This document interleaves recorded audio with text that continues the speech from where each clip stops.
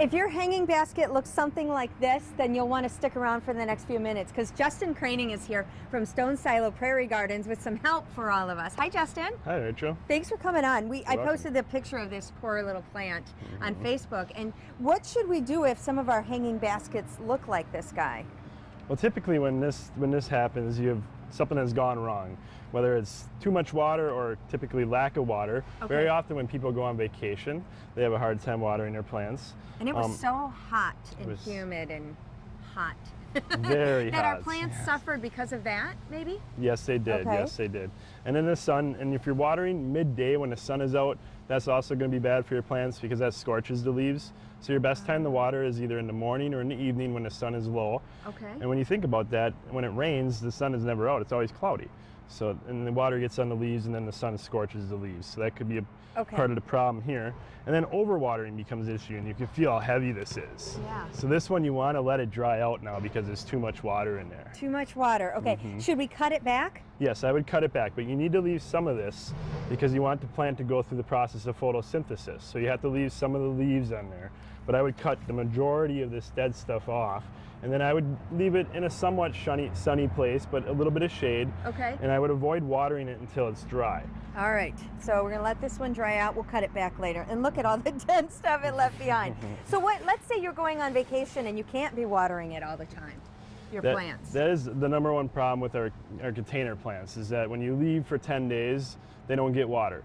So what I like to do is I like to use either a globe like this, which you can get at your garden stores, or if you just want to use a bottle of water and cut the bottom off, you can do that as well. And how does that work? And you fill this full of water, and then you stick it in there, and it just slowly seeps into the soil. And you can make your own. And you can make your own at home.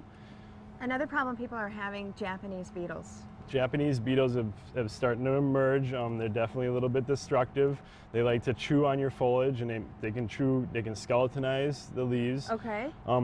The best way to get rid of them is in the morning when they're on your roses or wherever you can see them. You get a bucket of soapy water and then tap them into there, and that's going to help decline their population. Okay. And they overwinter as grubs in your soil, so the more you can get rid of them right now, the better chance you're going to have of seeing less of them next year. So soapy water, leaves in the soapy water. Deal with them now. No, you're knocking the beetle actually into the soapy water. Oh, so you're going up to your flower and you're taking and just tapping them right into that soapy water, and they get stuck in there. Okay. But then you need to get rid of them somehow. You need to kill them. You can't just pour them into your garden because they'll dry off and fly back into your garden. All right. Now, Stone Silo Prairie Gardens is getting ready for a big sale coming up next month. But show us some of the stuff that you have there. We have native forbs and grasses.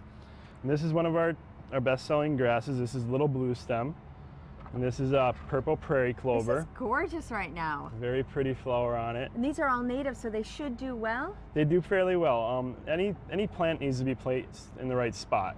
So I mean, these plants can die just the same as any other plant if you put them in the wrong spot. But proper placement of the plant, they do very well. They're very drought tolerant, and they don't need to be fertilized a lot. And Justin wants everyone to have these.